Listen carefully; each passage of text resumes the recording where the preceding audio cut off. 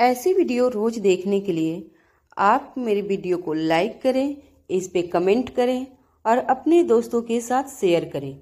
और हाँ, अगर आप इस चैनल पे नए हैं तो इसे सब्सक्राइब करना ना भूलें। नन्ही सी पिंकी ने अपने मन में हिम्मत इकट्ठा करके जैसे आकाश को कुछ कहने की कोशिश की, आकाश के फोन के स्पीकर से नताशा की आवाज पिंकी के कानों पर पड़ी। नताशा बिल्कुल इनोसेंट आवाज में पिंकी को रिक्वेस्ट करने लगी। मेरी बच्ची, मैं तुम्हारी मम्मा बोल रही हूँ। आज तुम्हारा बर्थडे है। हर साल तुम्हारा बर्थडे मैंने बड़े ही प्यार से सेलिब्रेट किया है। आज पहली बार तुम अपनी मम्मा से दूर हो, मगर मम्मा तुम्हें बहुत मिस कर रही है। क्या तुम आज के दिन मम्मा से नहीं मिलोगी? नताशा की ऐसी आवाज सुनकर नन्ही सी पिंकी का दिल पिघल गया। पिंकी ने अपनी नजरें झुकाते हुए धीमी आवाज में फोन पर जवाब देते हुए कहा, हाँ। पिंकी की हाँ सुनते ही नताशा ने अपनी आवाज ऊंची करते हुए आकाश से कहा, देखा तुमने आकाश, मेरी बच्ची भी मुझे मिस कर रही है। प्लीज आज के दिन माँ बेटी को अलग मत करो। तुमने जो कहा है मैंने सब कुछ माना है। तुमने मुझसे कहा कि गुलेरिया हाउस छोड़कर चली जाओ, मैं चली गई। तुमने मुझसे कहा कि मैं पिंकी से दूर रहूं, तो मैंने अपने दिल पर पत्थर रखकर पिंकी से मिलने की अपने मन की सारी इच्छाओं को दबा कर रखा। एक माँ के लिए अपनी छोटी सी बच्ची से दूर रहना कितना मुश्किल होता है, ये तुम कभी नहीं समझ पाओगे। मगर आज मेरी बच्ची का बर्थडे है, प्लीज आज के दिन मुझे पिंकी से मिलने दो। जब आकाश ने देखा कि पिंकी भी नताशा से मिलना चाहती थी, तब आकाश का दिल बैठ गया। आकाश नहीं चाहता था कि वो बर्थडे वाले दिन नन्ही सी बच्ची का दिल तोड़े।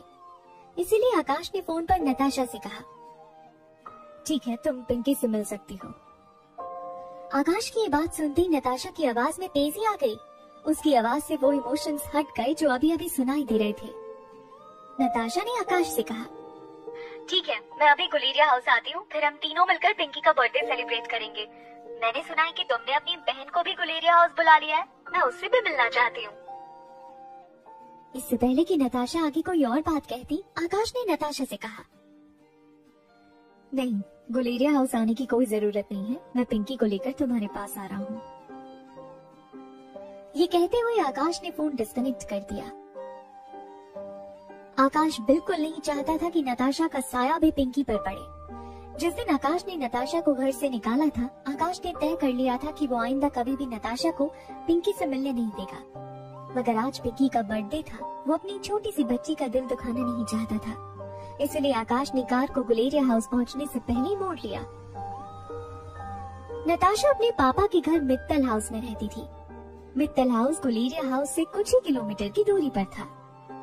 मित्तल हाउस गुलेरिया हाउस जितना बड़ा और शानदार नहीं था, मगर आम मकानों के मुकाबले मित्तल हाउस काफी बड़ा था। जैसे ही आकाश की कार मित्तल हाउस पहुंची, गेट पर खड़े सिक्योरिटी गार्ड्स ने सैल्यूट करके आकाश का स्वागत किया।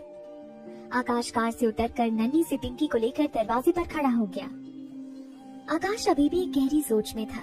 उसे समझ नहीं आ रहा था कि उसे पिंकी और नताशा को मिलने देना चाहिए या नहीं। मगर कुछ ही सेकंड में आकाश के डोरबेल बजाने से पहले ही नताशा ने घर का दरवाजा खोल दिया। आकाश और पिंकी को आमने सामने देखकर तुरंत नताशा अपने घुटनों के बल बैठकर पिंकी को हक करने लगी। पिंकी ने अपनी दोनों हाथ नीचे ही रखे थे, मगर नताशा ने पिंकी को कस के पकड़ लिया था। पिंकी आज ये देखकर सरप्राइज थी कि आज से पहले कभी भी नताशा ने पिंकी को इस तरह हग नहीं किया था। पिंकी ये भी सोच रही थी कि जब श्रेया टीचर ने पिंकी के सर पर प्यार से हाथ घुमाया था, तब पिंकी के अंदर काफी इमोशंस जाग गए थे। मगर नताशा के हक करने पर भी पिंकी के अंदर वो इमोशंस नहीं जाग रहे थे।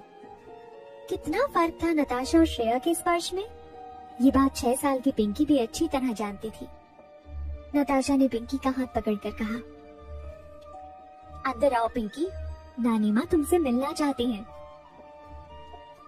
नानी माँ का नाम सुनते ही पिंकी के पांव जमीन में ही जम गए।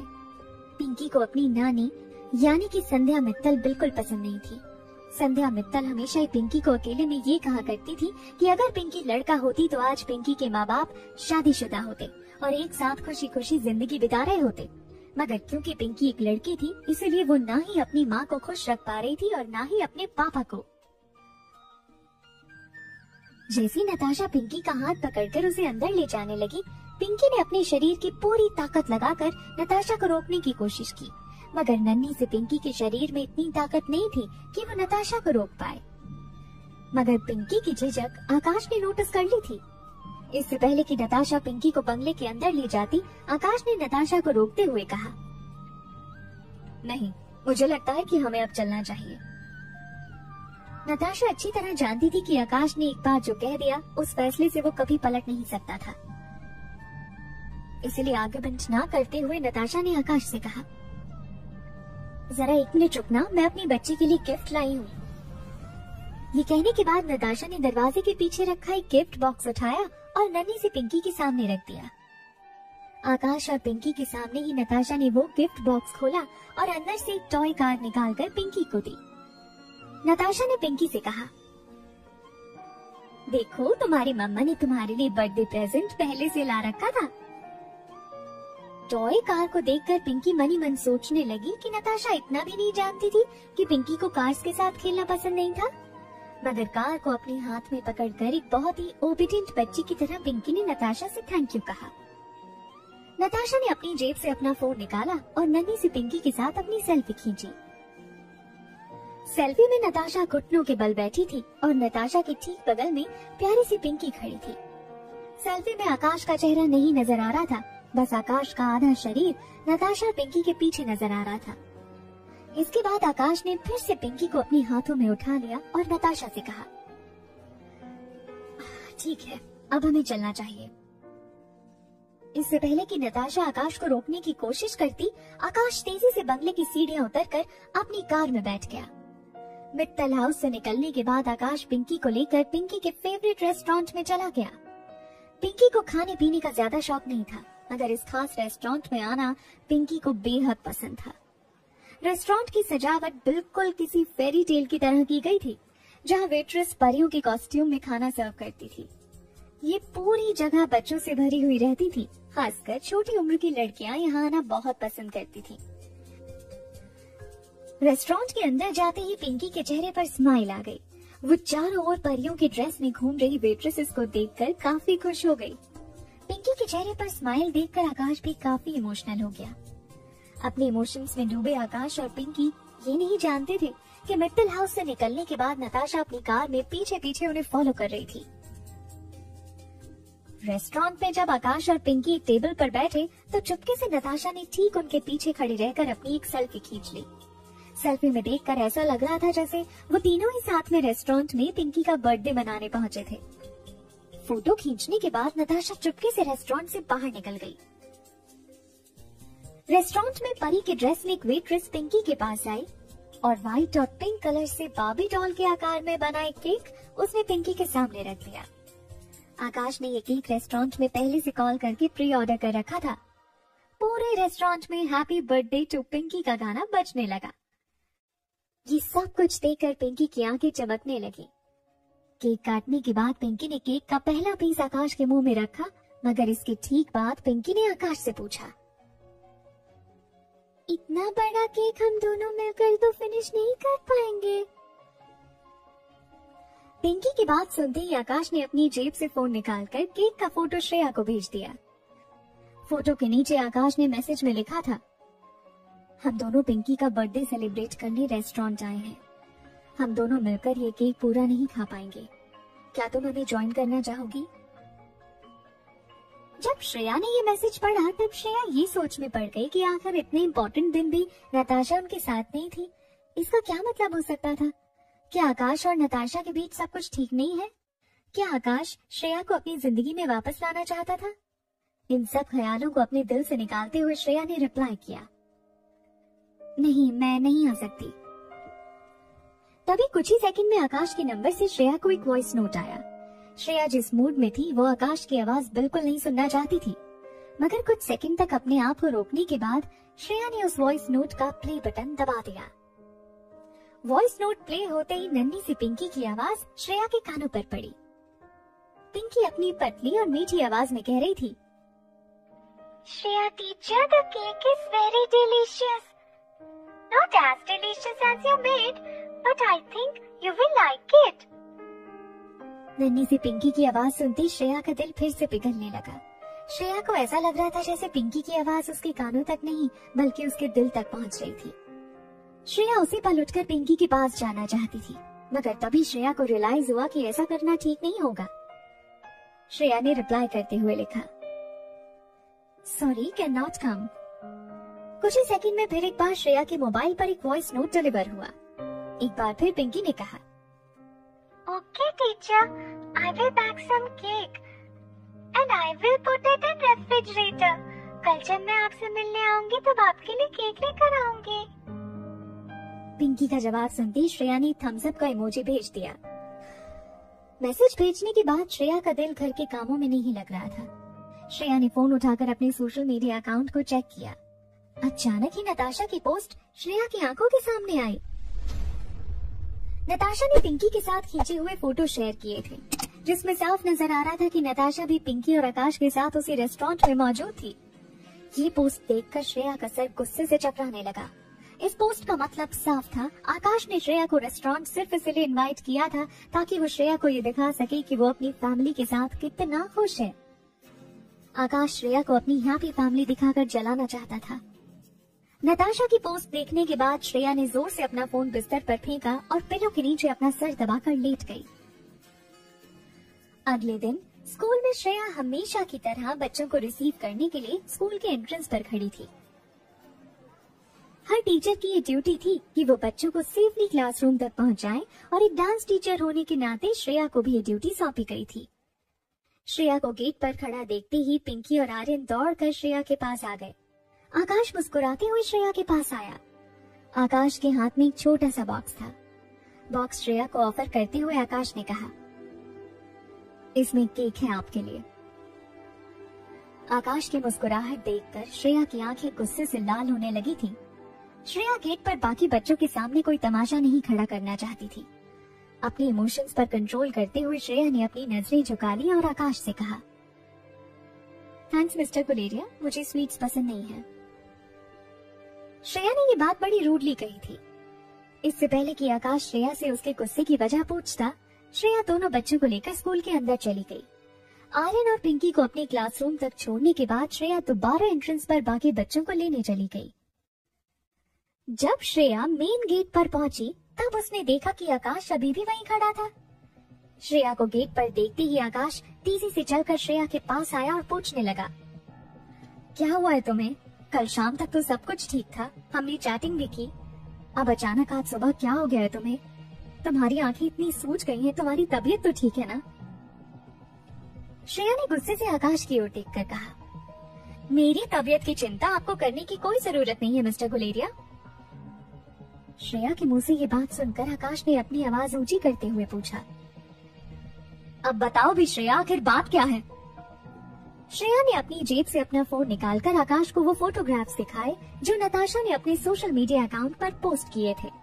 हम आपके लिए इतना मेहनत करते हैं और सबसे पहले आप तक आपका फेवरेट एपिसोड अपलोड करते हैं, फिर भी आप फॉलो नहीं करते हो। अगर आप हमें फॉलो करते हो तो हमें भी बहुत ज्यादा मजा आएगा, जैसे कि आपको एपिसोड सुनने में मजा आता है। प्लीज फॉलो कर लो। श्रेया के फोन पर नताशा की सोशल मीडिया पोस्ट देखकर आकाश हैरान रह गया। अपने फोन में नताशा की सोशल मीडिया पोस्ट दिखाते हुए नताशा ने आकाश से कहा, आप जानना चाहते थे ना मिस्टर गुलेरिया, मैं अपसेट क्यों हूँ? ये देखिए, मैं आपसे इसलिए अपसेट हूँ क्योंकि मैं जान चुकी हूँ कि आप मन ही मन मेरे बारे में क्या सोचते हैं। आपने उस दिन हॉस्पिटल में मुझसे जो कुछ भी कहा था वो सब सच था। आप सचमुच मुझे बाजारू औरत ही समझते हैं। एक तरफ आप मुझे रेस्टोरेंट बुलाते हैं और दूसरी तरफ आप रेस्टोरेंट में अपनी फैमिली के साथ एंजॉय कर रहे होते हैं। आपने समझ क्या रखा है मुझे? श्रेया की बातों से उसका गुस्सा साफ नजर आ रहा था। श्रेया कभी भी इस तरह की लैंग्वेज का इस्तेमाल नहीं करती थी, मगर आकाश को इस वक्त श्रेया की लैंग्वेज से ज्यादा बड़ा झटका नताशा ने की हुई सोशल मीडिया पोस्ट को देखकर लगा था। श्रेया ने अपनी बात आगे बढ़ाते हुए कहा, मिस्टर आकाश, चलिए आप मुझे तो एक खिलौना समझते हैं, ये बात तो साफ हो गई, मगर अपनी बच्ची के लिए कुछ इमोशंस पैदा कीजिए अपने मन में। एक छोटी सी बच्ची को किस तरह ट्रीट किया जाता है, अगर ये बात आपको पता नहीं है तो जरा जाकर किसी से पूछिए। ये कहने के बाद श्रेया वापस स्कूल के अंदर जाने लगी। तभी आकाश ने तेजी से दौड़कर श्रेया को अंदर जाने से रोकते हुए कहा, देखो श्रेया, तुम जो समझ रही हो वैसा बिल्कुल नहीं है। मैं तुम्हें एक्सप्लेन कर सकता हूँ। गुस्से से तिलमिलाई श्रेया ने आकाश से कहा, मिस्टर गुलेरिया, हमारे बीच ऐसा रिश्ता नहीं है जिसमें आपको मुझे कोई भी एक्सप्लेनेशन देना पड़े। हाँ, मगर आपकी बेटी के साथ जरूर आपका एक गहरा रिश्ता है। कहीं ऐसा ना हो कि बड़ी होने पर आपकी बेटी आपसे ऐसा कोई सवाल पूछ ले जिसका जवाब आप उसे ना दे पाए। ये कहते हुए श्रेया गेट पर आए 2 बच्चों को लेकर स्कूल के अंदर चली गई। मगर कुछ देर तक आकाश गुलेरिया वहीं खड़ा श्रेया को स्कूल के अंदर जाते हुए देखता रहा। आकाश की नजरें श्रेया पर थी, मगर आकाश के मन में सिर्फ एक ही ख्याल बार बार चल रहा था कि आखिर नताशा ने ऐसी तस्वीरें सोशल मीडिया अकाउंट पर अपलोड कब और क्यों की थी। देखते ही देखते आकाश का पूरा चेहरा गुस्से से लाल हो गया। आकाश तेजी से अपनी कार के अंदर जाकर बैठ गया। आकाश के ड्राइवर ने आकाश से पूछा, सर कहाँ जाना चाहेंगे आप? क्या हेड ऑफिस की तरफ गाड़ी ले लूं? तेज सांसें ले रहे आकाश ने कुछ देर सोचने के बाद ड्राइवर से कहा, कार सीधे मित्तल हाउस ले चलो। जब ड्राइवर कार मित्तल हाउस की ओर ले जाने लगा, तब आकाश ने अपनी जेब से अपना फोन निकालकर अपना सोशल मीडिया अकाउंट चेक किया। जब आकाश ने नताशा का सोशल मीडिया अकाउंट चेक किया तो देखा कि वो सारी तस्वीरें आकाश को कहीं नजर नहीं आ रही थीं। इसका मतलब साफ था कि नताशा ने वो सारी तस्वीरें आकाश से हाइड की थी। मगर आखिर नताशा ने ऐसा क्यों किया था? ऐसा करने के पीछे नताशा के क्या इंटेंशंस थे? आकाश ये समझने की कोशिश कर रहा था। कुछ ही देर में कार मित्तल हाउस के गेट पर पहुंची। अक्सर आकाश के आने की खबर सिक्योरिटी को पहले से दे दी जाती थी, मगर गेट पर खड़ा सिक्योरिटी गार्ड अचानक ही आकाश गुलेरिया को गेट पर देखकर हैरान रह गया। सिक्योरिटी गार्ड्स में ये हिम्मत नहीं थी कि आकाश की कार को अंदर जाने से रोके, इसलिए बिना किसी भी रुकावट के आकाश की कार को अंदर जाने दिया गया। सिक्योरिटी के बंगले के अंदर इंटरकॉम से आकाश गुलेरिया के आने की खबर पहुंचा दी गई। आकाश के आने की खबर मिलते ही नताशा खुशी खुशी गेट पर आकाश को रिसीव करने पहुंची। नताशा ने जैसे ही आकाश को वेलकम किया, आकाश ने बड़ी सख्ती से नताशा से पूछा, ये क्या तमाशा कर रही हो तुम सोशल मीडिया अकाउंट पर? आकाश की बात सुनकर अचानक ही नताशा के चेहरे पर डर दिखने लगा।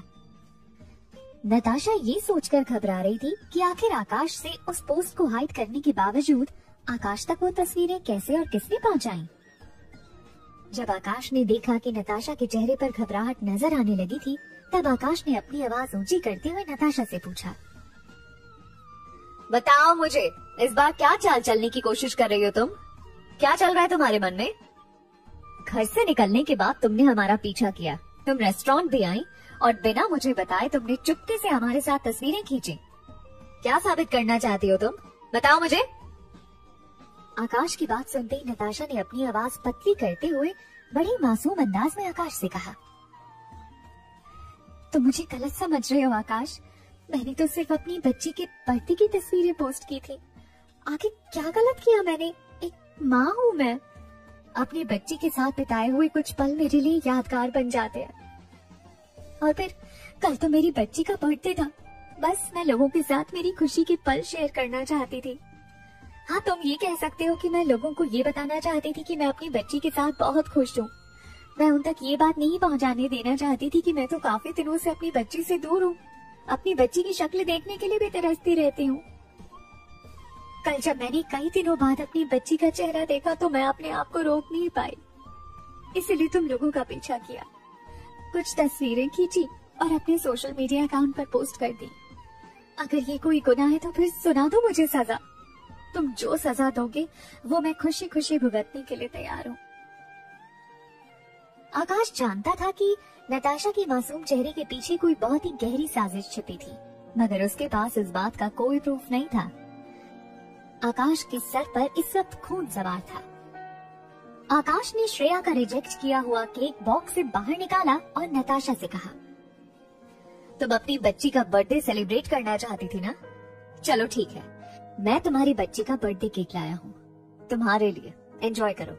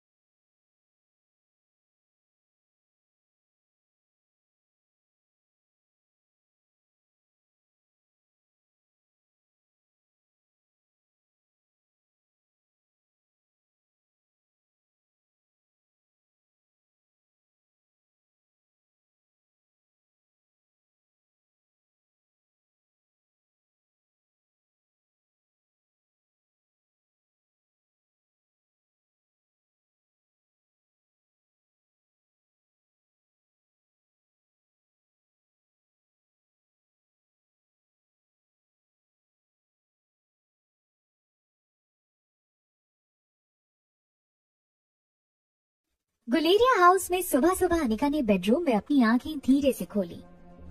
जैसे अनिका ने अपनी आंखें खोली, उसे कुछ याद आया और वो झटके से बिस्तर पर बैठ गई।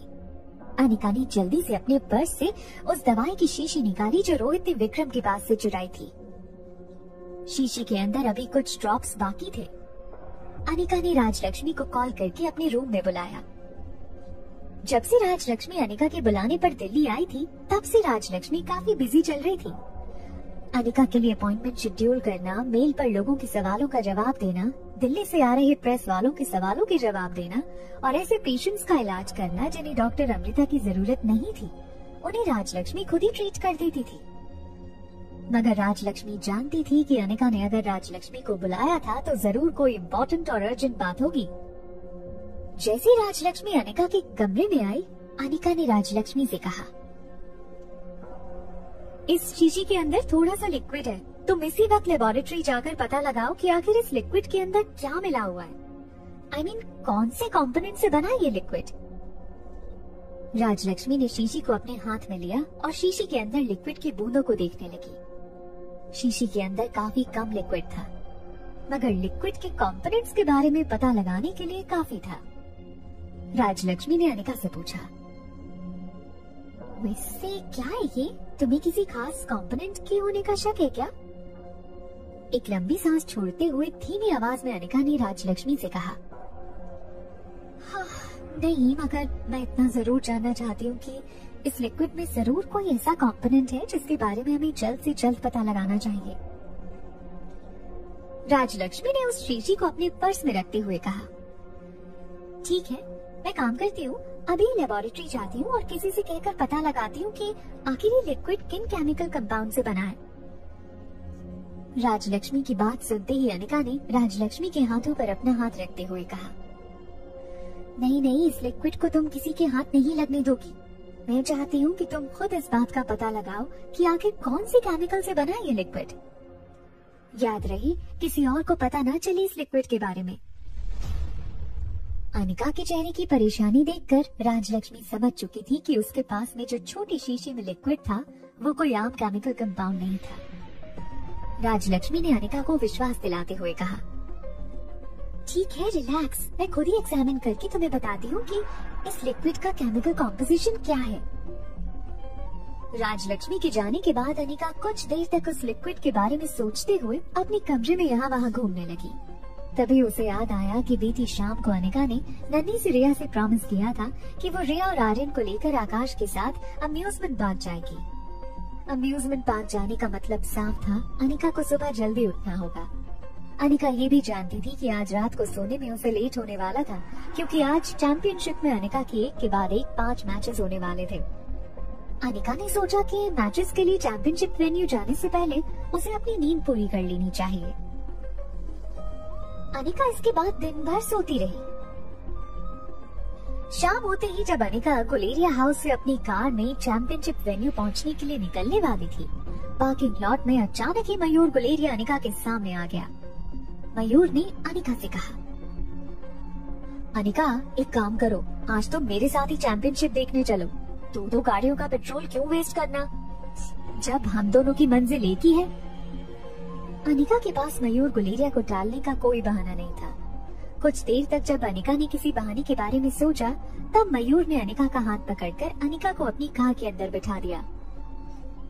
ड्राइविंग सीट पर खुद बैठते हुए मयूर ने अनिका से कहा, आज तुम कोई आम स्पेक्टेटर की तरह चैंपियनशिप एरिया में नहीं जाओगी। आज तुम बड़ी खास मेहमान बनकर सारी मैचेस देखोगी।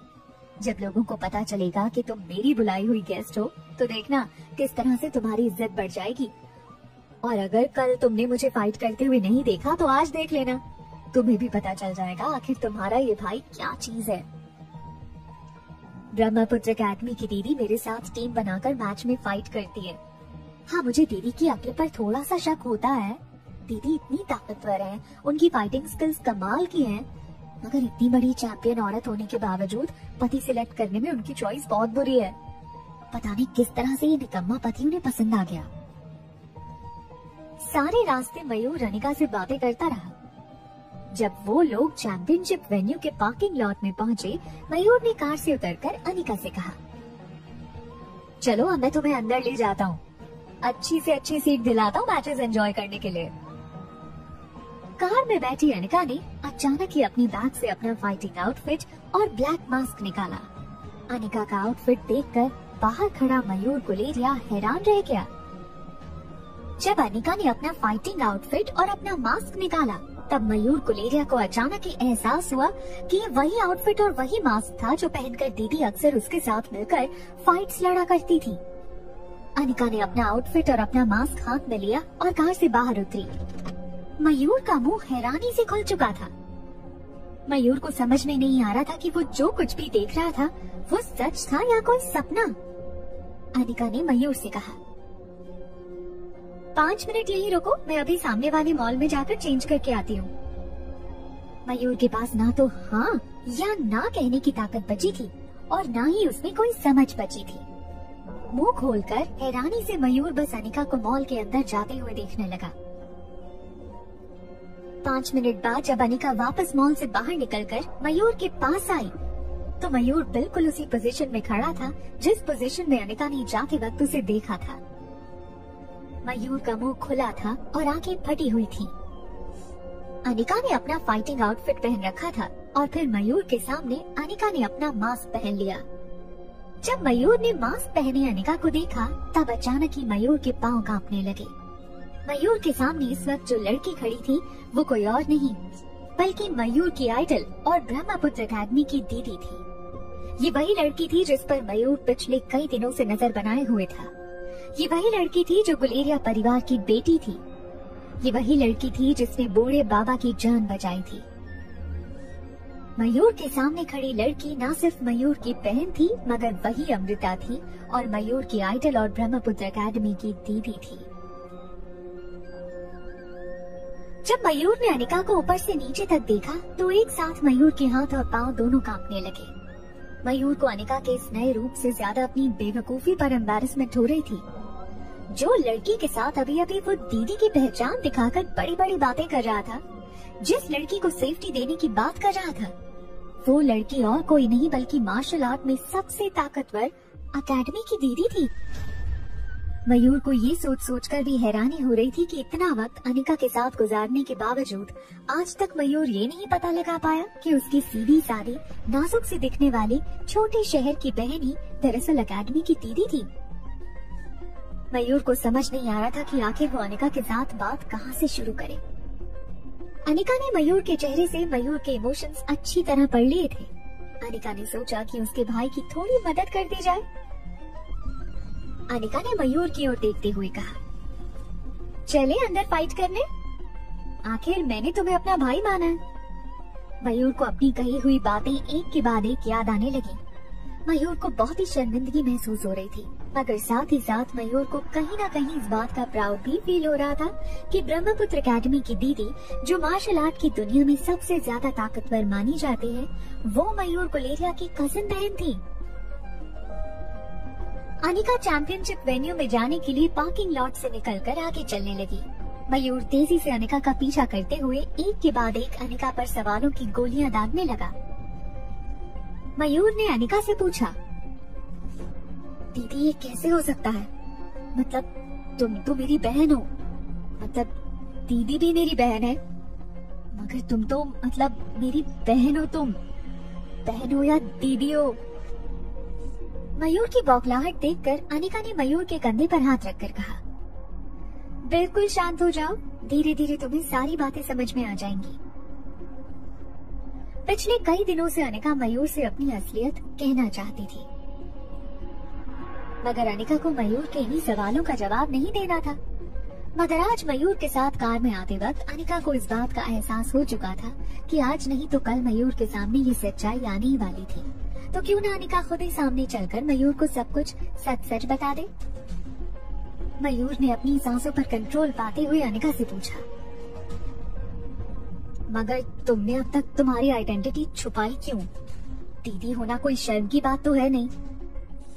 अरे ब्रह्मपुत्र अकेडमी की दीदी तो मार्शल आर्ट की दुनिया में सबसे ताकतवर मानी जाती है। तुम्हें प्राउड होना चाहिए तुम्हारे इस नाम को लेकर। तुम अपने इस नाम और अपनी इस पहचान को छुपाना क्यों चाहती थी? अनिका की माँ स्वाति ने मरने से पहले अनिका को जो रिकॉर्डिंग सौंपी थी, उसमें स्वाति ने अनिका से साफ कहा था कि अपनी शक्तियों को कभी किसी पर जाहिर मत होने देना, वरना तुम्हारी और तुम्हारे आसपास के लोगों की जिंदगी खतरे में पड़ सकती है।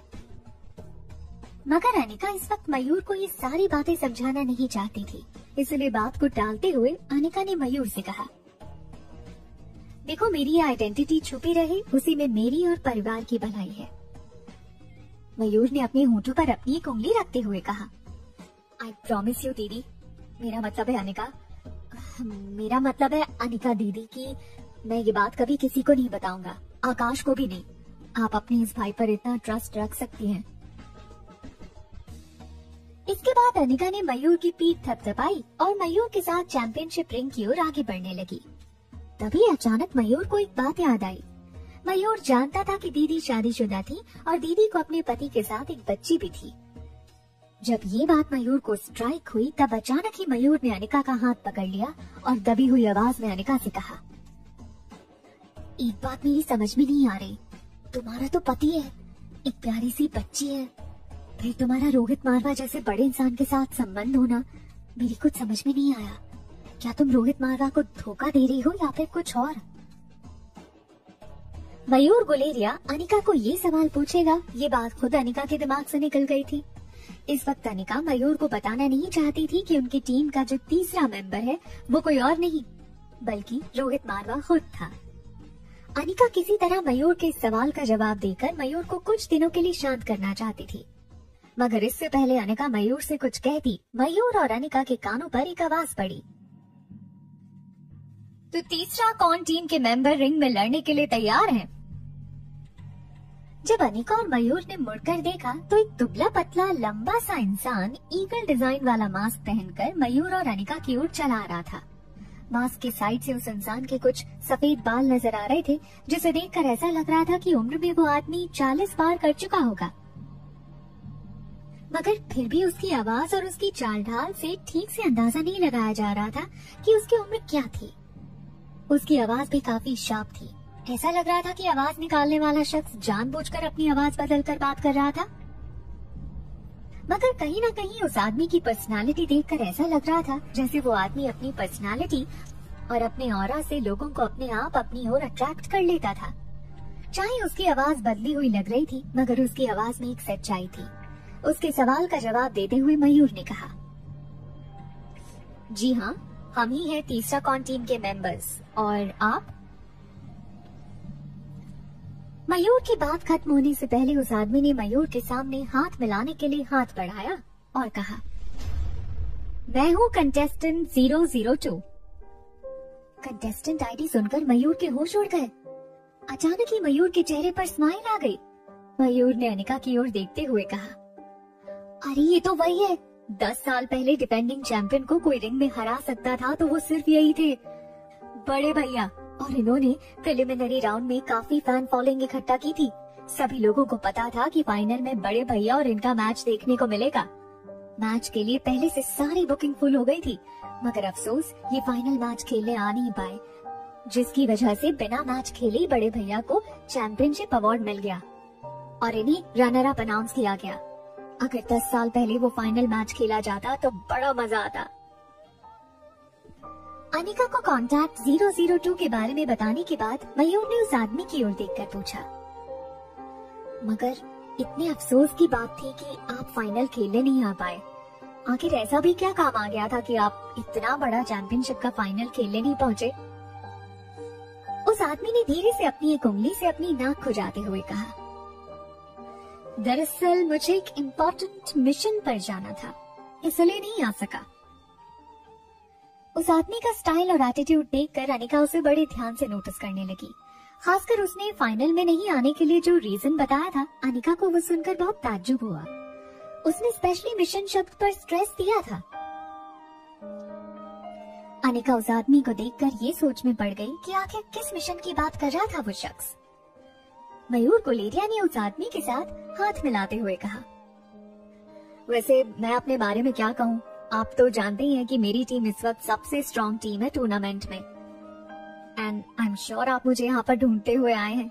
इसका मतलब साफ है कि आपने मेरे बारे में सब कुछ सुन रखा है। मयूर के बड़बोलेपन पर उस आदमी ने हल्की सी मुस्कुराहट दे दी और मयूर के कंधे पर हाथ रखते हुए कहा, very nice to know that young man, मगर मैंने इस साल पहली बार ये चैंपियनशिप अटेंड की है। मुझे प्रिलिमिनरी राउंड एग्जामिशन मिला है, मगर मैं क्यों हूँ यहाँ, तो एक्चुअली मैं दूसरे फाइटर्स के मैचेस देखने चला आया था कि मुझे पता चले कि आगे चलकर मुझे किससे मुकाबला करना पड़ेगा। मगर मैं जब से यहाँ आया हूँ तब से मैंने फाइटर क्लब के टीम मेंबर के बारे में काफी कुछ सुना है बहुत खतरनाक है वो लोग और बहुत कॉन्फिडेंट भी हैं। उनके टीम लीडर का नाम है विक्रम, मगर विक्रम से ज्यादा खतरनाक उसके साथी हैं। जब कंटेस्टेंट 002 ने मयूर और अनिका के सामने ये बात कही तब अचानक ही मयूर गुलेरिया की आंखें छोटी हो गईं। वो प्लेयर्स के लिए बनाए गए रेस्टिंग एरिया की ओर देखने लगा। फाइटर क्लब ने अपनी टीम मेंबर के लिए एक स्पेशल टेंट बनवाया था, जिसके बाहर विक्रम और उसके अफ्रीकन साथी बैठकर रिंग में लड़ रहे फाइटर्स का मजाक उड़ा रहे थे। उनका कॉन्फिडेंस देखकर मयूर को मनी मन गुस्सा आने लगा था। मयूर का मन कर रहा था कि वो अभी इस वक्त रिंग के बाहर विक्रम और उसके साथियों के साथ लड़कर उनके कॉन्फिडेंस को तोड़ दे, मगर वो जानता था कि ऐसा करना ठीक नहीं होगा। मनी मन मयूर को ये भी पता था कि वो तीनों मिलकर इतने ज्यादा ताकतवर बन गए थे, अकेले मयूर का उनसे मुकाबला करना बेवकूफी होगी। विक्रम और उसके साथियों को हल्ला गुल्ला करते हुए देखकर कंटेस्टेंट 002 ने मयूर गुलेरिया से कहा, मुझे लग रहा है दिल्ली में मार्शल आर्ट की काफी अकेडमी खुल गई है। वैसे मैंने तो सुना था कि मार्शल आर्ट सीखने वाले लोगों में भारी गिरावट आई है, मगर इन पहलवानों को देखकर ऐसा लग नहीं रहा। वैसे मैंने ये भी सुना है कि इनकी एकेडमी को एस्टैब्लिश हुए अभी सिर्फ 2 साल ही हुए हैं। 2 साल में ऐसे स्टूडेंट्स एकेडमी से बाहर निकालना काफी काबिले तारीफ है। इन्हें देखकर ऐसा लग रहा है जैसे बाकी के फाइटर इनके सामने कांच के टुकड़ों की तरह बिखर जाएंगे। कंटेस्टेंट 002 की बातों से मयूर को विक्रम और उसके साथियों पर चिढ़ बढ़ने लगी थी। कंटेस्टेंट 002 ने अनिका की ओर देखकर पूछा, आपको क्या लगता है इस फाइटर क्लब की टीम के बारे में? जिस तरह से वो आदमी अनिका को देख रहा था, अनिका को ऐसा लगा कि शायद वो पहले से अनिका को जानता था। मास्क के पीछे छिपे चेहरे को अनिका ठीक से देख नहीं पा रही थी, मगर वो आदमी जिस तरह से अनिका को देखकर अनिका के साथ बात कर रहा था, उससे अनिका ये अंदाजा लगा रही थी जैसे वो आदमी या तो पहले से अनिका को जानता था या तो वो अनिका के बारे में काफी रिसर्च करके आया था। उस आदमी की बात का जवाब देते हुए अनिका ने कहा, हाँ वो टीम काफी स्ट्रांग है, देखते हैं आगे क्या होता है। अनिका का जवाब सुनकर वो आदमी समझ गया था कि अनिका उस टीम के बारे में ज्यादा बात नहीं करना चाहती थी। तभी अनिका के पर्स में उसका फोन वाइब्रेट होने लगा। अनिका ने अपने पर्स से फोन निकाला और मयूर और उस आदमी को देखकर कहा, एक्सक्यूज मी जेंटलमैन। ये कहते हुए अनिका मयूर और उस आदमी से थोड़ी दूर चली गई। अनिका ने देखा कि राजलक्ष्मी ने अनिका को एक मैसेज भेजा था। जब नोटिफिकेशन पर क्लिक करके अनिका ने मैसेज खोला, तब अनिका ने देखा कि मैसेज में लिखा था, मुझे पता चल चुका है कि दवाई की शीशी में क्या है। राजलक्ष्मी ने शीशी में जो लिक्विड है उसे एग्जामिन कर लिया था। राजलक्ष्मी पता लगा चुकी थी कि आखिर विक्रम और उसके साथी जो ड्रिंक ले रहे थे वो ड्रिंक किस केमिकल कॉम्पोजिशन से बना था। अनिका ने धीमी और दबी हुई आवाज में फोन पर राजलक्ष्मी से पूछा, क्या तुम्हें उस ड्रिंक में कोई सस्पिशियस केमिकल मिला? आई मीन ऐसा कोई ड्रग जो ऑब्जेक्शनेबल कहा जा सके? राजलक्ष्मी ने अनिका की बात का जवाब देते हुए कहा, देखो ये एक स्पोर्ट्स ड्रिंक है, बिल्कुल किसी आम स्पोर्ट्स ड्रिंक की तरह, जिसे पीने के बाद एथलीट को एनर्जी मिलती है। मगर इस एनर्जी ड्रिंक की खासियत ये है कि इस ड्रिंक के अंदर बाकी एनर्जी ड्रिंक के मुकाबले काफी ज्यादा बूस्टर एक्टिव है। बाकी एनर्जी ड्रिंक के मुकाबले ये काफी ज्यादा कॉन्सेंट्रेटेड है। मैं इतना जरूर कह सकती हूँ कि इतने न्यूट्रिएंट्स की किसी आम इंसान के शरीर को जरूरत नहीं होती है, चाहे वो कितना भी बड़ा स्पोर्ट्स एथलीट क्यों ना हो। इतनी ज्यादा एनर्जी बूस्टर की जरूरत किसी भी एथलीट के शरीर को नहीं होती है। हाँ, ये कहा जा सकता है कि उस लिहाज से ये ड्रिंक क्वेश्चनेबल जरूर है। हालांकि राजलक्ष्मी को ड्रिंक में किसी भी तरह का ऑब्जेक्शनेबल केमिकल नहीं मिला था, मगर राजलक्ष्मी की बात से ये साफ जाहिर था कि जो ड्रिंक विक्रम और उसके साथी ले रहे थे उसमें कोई न कोई गड़बड़ जरूर थी। किसी स्पोर्ट्स एथलीट के मैच से पहले इस तरह की ड्रिंक को कंज्यूम करना स्पोर्ट्स एथिक्स के खिलाफ था। मगर अभी भी एक बात अनिका समझ नहीं पा रही थी, इतने कम दिनों में विक्रम और उसके साथियों के अंदर इतनी शक्ति कहां से आ गई थी? क्या वो लोग इस ड्रिंक का कंजम्पशन जरूरत से ज्यादा ही कर रहे थे? क्योंकि उनके शरीर की शक्ति देखकर ऐसा लग रहा था जैसे वो दिन रात सिर्फ इसी ड्रिंक का सेवन कर रहे थे। अभी अनिका ये सब कुछ सोच ही रही थी कि अनिका की नजर कंटेस्टेंट 002 पर पड़ी। वो यहाँ वहाँ देखकर किसी को ढूंढ रहा था। अनिका के पास खड़े मयूर को लगा कि शायद कंटेस्टेंट 002 अपनी सबसे करीबी कॉम्पिटिटर यानी कि डिफेंडिंग चैंपियन और कंटेस्टेंट 001 की तलाश में था। कुछ देर लोगों की भीड़ में नजरें घुमाने के बाद कंटेस्टेंट 002 ने मयूर और अनिका की तरफ मुड़कर पूछा, क्या ब्रह्मपुत्र अकेडमी की दीदी इस वक्त यहाँ मौजूद है? कंटेस्टेंट 002 की बात सुनकर अनिका और मयूर हैरान रह गए। दरअसल काफी देर से कंटेस्टेंट 002 जिस फाइटर को ढूंढ रहा था वो डिफेंडिंग चैंपियन नहीं बल्कि खुद अनिका थी। अपनी बात आगे बढ़ाते हुए कंटेस्टेंट 002 ने कहा, मैंने सुना है कि ब्रह्मपुत्र अकेडमी की दीदी इस साल चैंपियनशिप में पार्टिसिपेट कर रही है। मैं उनसे एक बार मिलना चाहता हूँ। ये बात सुनते ही मयूर गुलेरिया अपनी बहन अनिका की आइडेंटिटी छुपाते हुए मुस्कुराकर कहने लगा, अरे दोस्त, ब्रह्मपुत्र अकेडमी की दीदी उस स्टैंड के नीचे बने हुए स्पेशल रूम में आराम करती है। तुम उन्हें वहीं जाकर मिल सकते हो। काफी ताकतवर है दीदी, उनका शरीर काफी वजनदार है और उनके दोनों हाथ इतने मजबूत हैं कि अगर किसी के कंधे पर रख दें तो बेचारा हाथों के वजन से वहीं जमीन पर दब जाए। अगर आप दीदी से मिलना चाहते हो तो वहां जाकर उनसे बात करने की कोशिश कीजिए। मयूर की बातें सुनते ही कंटेस्टेंट 002 हैरान रह गया। अपने हाथों की उंगलियां अपने गालों पर फेरते हुए उसने मयूर से कहा, ये कैसे हो सकता है? ब्रह्मपुत्र अकेडमी की दीदी का शरीर इतना मोटा और वजनदार कैसे हो सकता है? एक मार्शल आर्ट चैंपियनशिप की सबसे बड़ी ताकत होती है उसके शरीर की फ्लेक्सिबिलिटी और क्विकनेस। किसी मोटे शरीर वाले फाइटर का तेजी से अटैक और डिफेंस करना नामुमकिन है। मेरे ख्याल से जहाँ तक मैं जानता हूँ, ब्रह्मपुत्र अकेडमी की दीदी का शरीर लगभग हमारे सामने खड़ी तुम्हारी टीम पार्टनर 324 के शरीर जैसा ही होना चाहिए। कंटेस्टेंट 002 की बात सुनते ही अनिका और मयूर दोनों शॉक हो गए। अपनी बात पूरी करने के बाद कंटेस्टेंट 002 कुछ देर तक अनिका को ऊपर से नीचे बस देखता रहा। उसकी आंखों में कई सवाल थे। अनिका जानती थी कि कंटेस्टेंट 002 जरूर उसके बारे में कोई ऐसी बात जानता था जो वो इस वक्त छुपा रहा था। अपनी बहन की आइडेंटिटी बाहर वालों से छुपाने के लिए मयूर तुरंत ही कंटेस्टेंट 002 के सामने आ गया और हंसते हुए कहने लगा, अरे ब्रदर, ये तुम क्या कह रहे हो? ये कैसे ब्रह्मपुत्र अकेडमी की दीदी हो सकती है? अरे जरा तुम ही सोचो, अगर ये दीदी होती तो क्या मेरे साथ टीम बनाकर इस चैंपियनशिप में हिस्सा लेती? मयूर की बात का पलट कर जवाब देते हुए कंटेस्टेंट 002 ने कहा, क्यों नहीं लड़ सकती? ताकतवर होने का ये मतलब तो नहीं कि इंसान स्ट्रैटेजी बनाना छोड़ दे। कंटेस्टेंट 002 की ये बात अनिका गौर से सुन रही थी। कंटेस्टेंट 002 जो भी बातें कर रहा था उनके अंदर बहुत गहरा मतलब छुपा था। मयूर 002 का जवाब सुनते ही हड़बड़ाने लगा।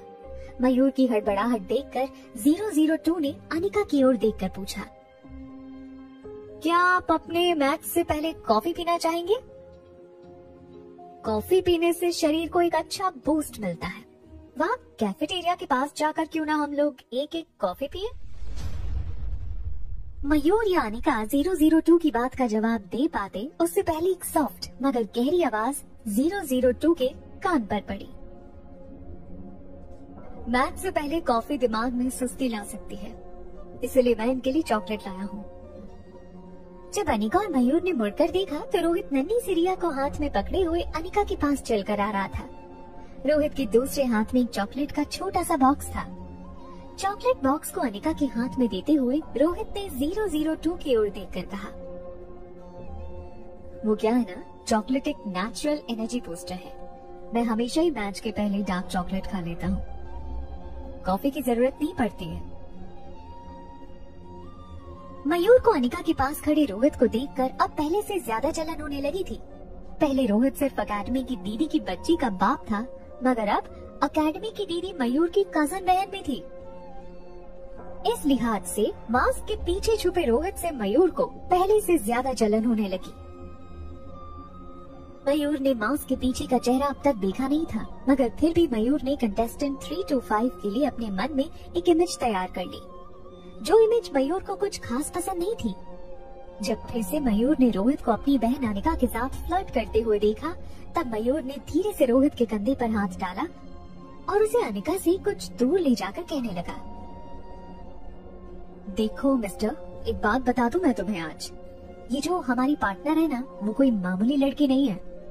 पता नहीं क्यों तुम जैसे मामूली लड़के को उसने पसंद कर लिया, मगर एक बात आज अच्छी तरह समझ लो, इस शहर का ही नहीं बल्कि इस पूरे देश का द मोस्ट एलिजिबल बैचलर यानी कि मिस्टर रोहित मारवा इसके प्यार में पागल है।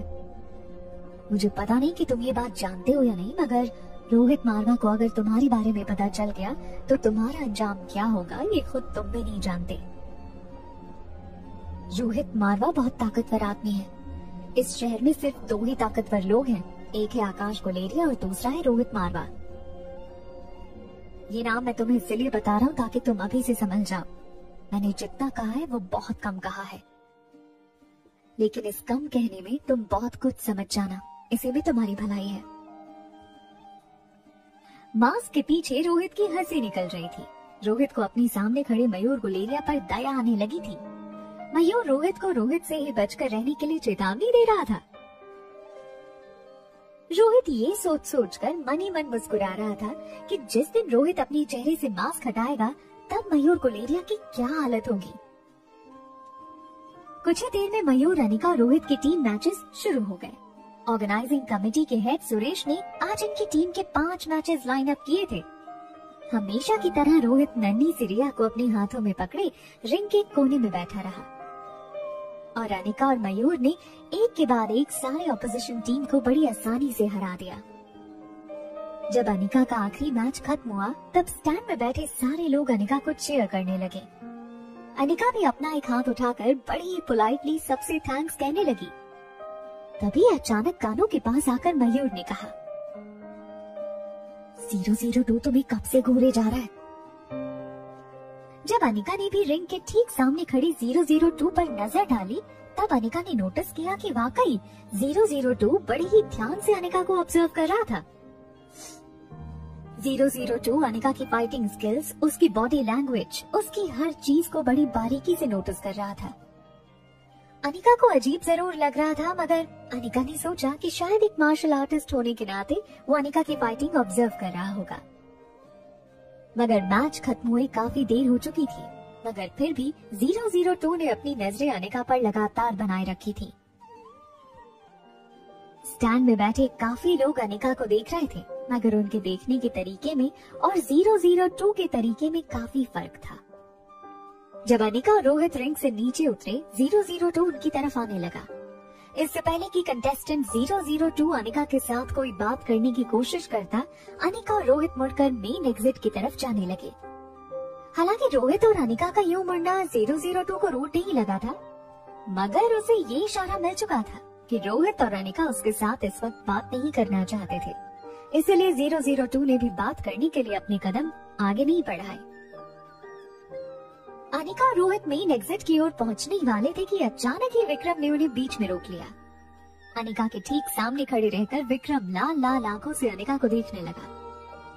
विक्रम ने अपने दोनों हाथ अपनी कमर पर रखे और अपनी छाती फुलाते हुए अनिका से पूछा, सच बताना, अकेडमी की दीदी तुम ही हो ना? वो मोटी औरत जो बार बार दीदी के नाम से रिंग में लड़ने उतरती है वो नकली है, असली तो तुम हो जो इस वक्त मेरी नजरों के सामने खड़ी हो। क्यों, सच कहा ना मैंने? अनिका और रोहित बिना किसी रिएक्शन के बस अपने सामने खड़े विक्रम को देखते रहे। इसके बाद अनिका ने भी अपने दोनों हाथ अपनी कमर पर रखते हुए विक्रम की आंखों में आंखें डालकर कहा, मैं नहीं जानती तुम क्या बोल रहे हो और अपने बारे में तुम्हें ज्यादा कुछ बताने की मुझे जरूरत भी नहीं लगती है। जब अनिका आगे बढ़ने लगी तो विक्रम ने फिर से अनिका का रास्ता रोकते हुए कहा, देखो, अगर तुम अकेडमी की दीदी हो तो मैं तुम्हारे सामने हार मानने के लिए तैयार हूँ, लेकिन अगर तुमने अभी कबूल नहीं किया तो आगे जो भी होगा उसका दोष मुझे मत देना। विक्रम की बातों को इग्नोर करते हुए अनिका और रोहित वहाँ से आगे निकल गए। जब वो लोग मेन एग्जिट की सीढ़ियाँ चढ़ने लगे तब अचानक ही उनके सामने एक सफेद मास्क पहना आदमी हंसते हुए सीढ़ियाँ उतरने लगा। उस आदमी ने सफेद मास्क पहना था जिसके ऊपर कुछ व्हाइट फेदर लगे हुए थे।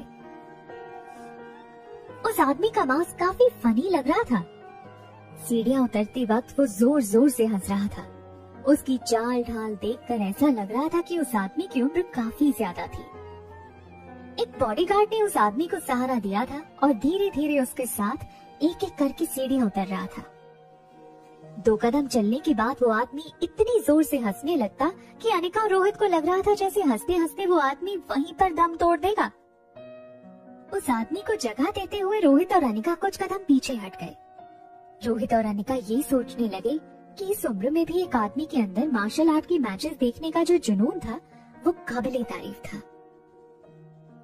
उन्होंने सोचा शायद ये आदमी यहाँ रेसलिंग मैचेस एंजॉय करने आया है। हंसते हुए वो आदमी रजिस्ट्रेशन काउंटर के पास गया और अपने दोनों हाथ काउंटर पर रखकर काउंटर पर खड़े वॉलंटियर से कहने लगा, मैंने चैंपियनशिप में अपने आप को रजिस्टर करवाया है। हाँ, मुझे पता है कि चैंपियनशिप शुरू हुए कुछ दिन हो गए हैं, मगर मैं पार्टिसिपेट करना चाहता हूँ। उस आदमी की बात सुनते ही रोहित अनिका के साथ साथ काउंटर पर खड़ा वॉलंटियर भी दंग रह गया। काउंटर पर खड़े वॉलंटियर को समझ नहीं आ रहा था कि वो सफेद मास्क पहने उस आदमी को कैसे समझाए कि इस उम्र में शायद रेसलिंग मैच देखना भी उसके लिए ठीक नहीं होगा, मगर वो लड़ने की बात कर रहा था। वॉलंटियर की हंसी छूटने वाली थी मगर उसने अपने आप को कंट्रोल करते हुए कहा, sorry sir, registration are over, we can not include any more participants. तभी उस आदमी के साथ खड़े उसके बॉडीगार्ड ने एक चेक वॉलंटियर के काउंटर पर रखा। चेक के अंदर लिखी कीमत को देखकर वॉलंटियर हैरान रह गया। वॉलंटियर के एक्सप्रेशन से ये साफ पता चल रहा था कि इस बूढ़े आदमी के बॉडीगार्ड ने जो चेक दिया था उस पर डोनेशन के तौर पर बहुत बड़ी रकम लिखी गई थी। अनिका अच्छी तरह जानती थी कि चैंपियनशिप को इस वक्त फंड की जरूरत थी। काउंटर पर खड़े वॉलंटियर ने उस चेक को ड्रॉर में रखते हुए बड़े ही पोलाइटली मुस्कुराते हुए उस व्हाइट मास्क वाले आदमी से कहा, जी सर, आप काफी लकी हैं। मैंने अभी अभी अपने सिस्टम में देखा, आपका रजिस्ट्रेशन जरूर अप्रूव किया जाएगा। ये कहते हुए वो वॉलंटियर अपने सिस्टम में उस बूढ़े आदमी का बाकी बचा रजिस्ट्रेशन प्रोसेस पूरा करने लगा। अनिका को यकीन नहीं हो रहा था कि बार बार जोर जोर से खांस रहा वो आदमी इतनी खतरनाक रेसलिंग चैंपियनशिप में हिस्सा लेने आया था। जब रोहित और अनिका चैंपियनशिप एरिया से बाहर निकले तो रोहित और रिया को बाय कहने के बाद अनिका मयूर के साथ गुलेरिया हाउस वापस जाने लगी। इस बार अनिका कार ड्राइव कर रही थी। कुछ देर बाद मयूर ने अनिका को अचानक से हाईवे से एग्जिट लेने का इशारा किया। अनिका समझ नहीं पा रही थी कि आखिर मयूर अनिका को गलत रास्ते से ले जाने को क्यों कह रहा था। जब अनिका ने मयूर से बात करने की कोशिश की तो मयूर ने अनिका को चुप रहने का इशारा किया। जब अनिका ने मयूर के बताए हुए रास्ते पर गाड़ी ली तब धीमी आवाज में मयूर ने कहा, अब ऐसे ही राइट लेफ्ट लेते हुए शहर के अंदर से होते हुए गुलेरिया हाउस की तरफ गाड़ी लेना। अनिका ने मयूर से पूछा, मगर क्यों? इस रास्ते से बहुत ट्रैफिक होगा, हाईवे से हम काफी जल्दी पहुंच जाते। तभी मयूर पीछे देखते हुए अनिका से बोला, मुझे लगता है कि कोई हमारा पीछा कर रहा है।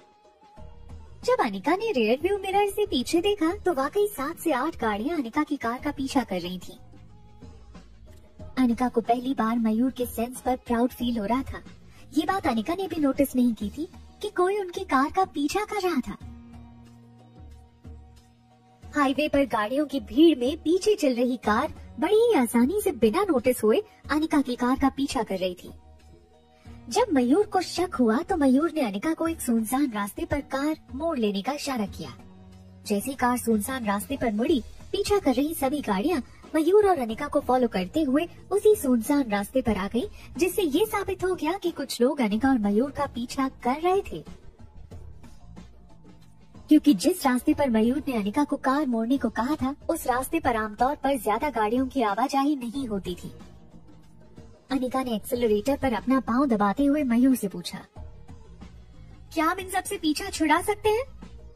मयूर ने अपनी छाती फुलाते हुए अनिका से कहा, तुम जानती नहीं हो सिस्टर, तुम किसकी कार में बैठी हो। दिल्ली में ऐसा कोई इंसान पैदा नहीं हुआ जो मेरी कार का पीछा करके मुझ तक पहुंच सके।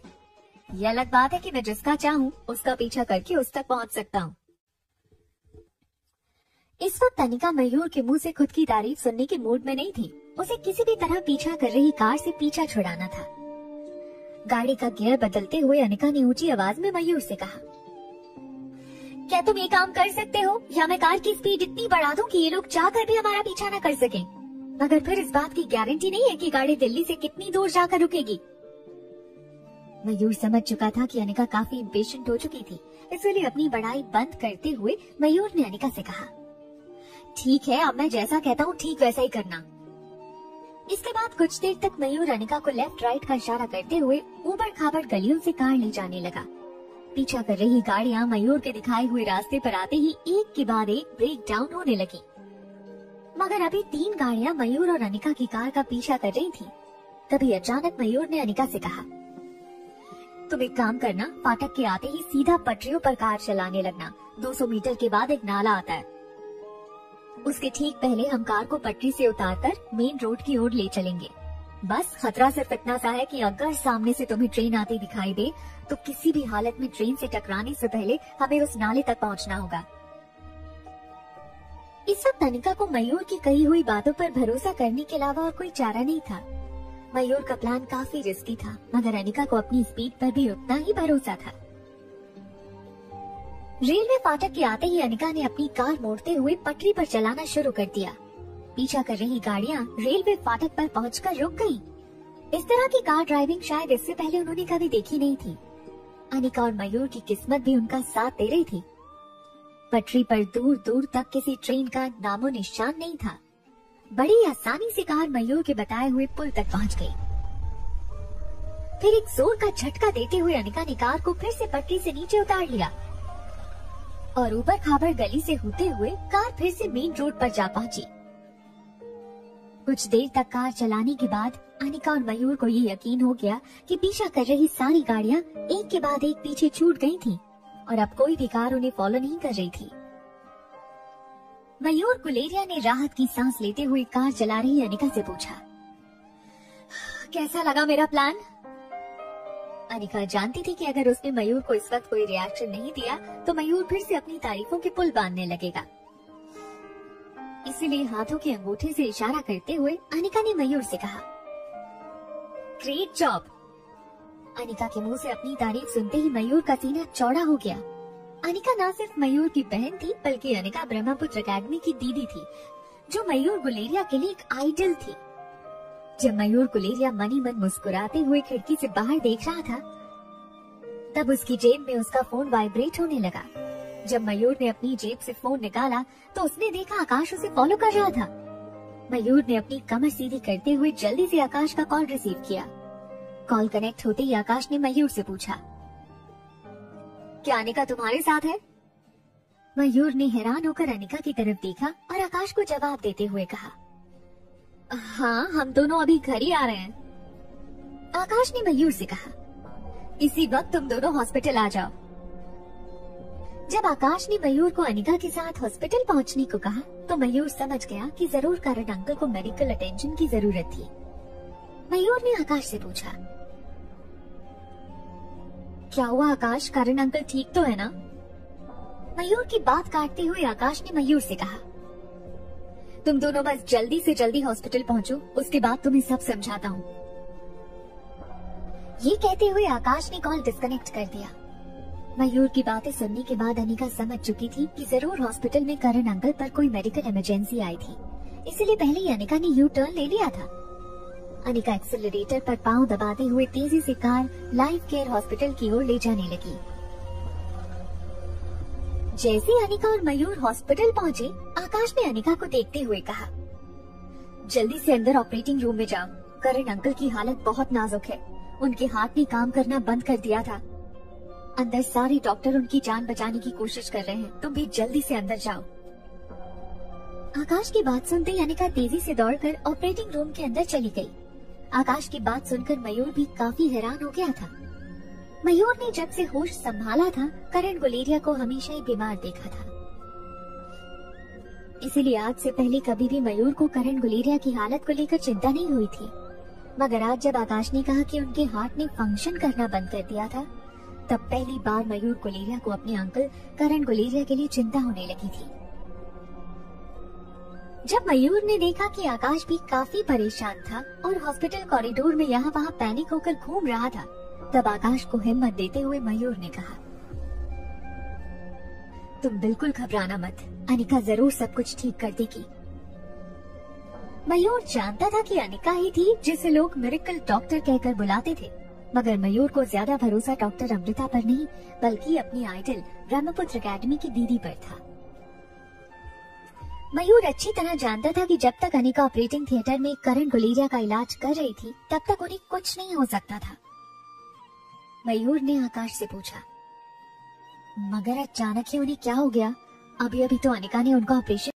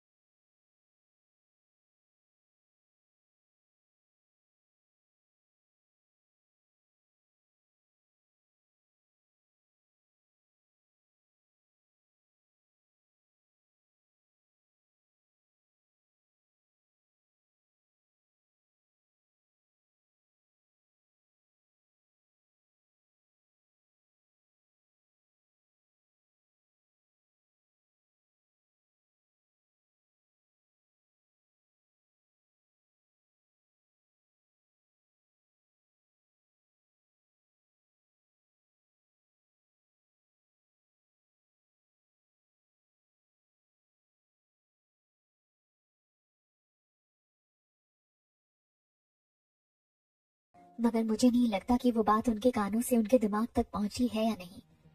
बहुत पहले ही वो जीने की सारी ख्वाहिश छोड़ चुके हैं।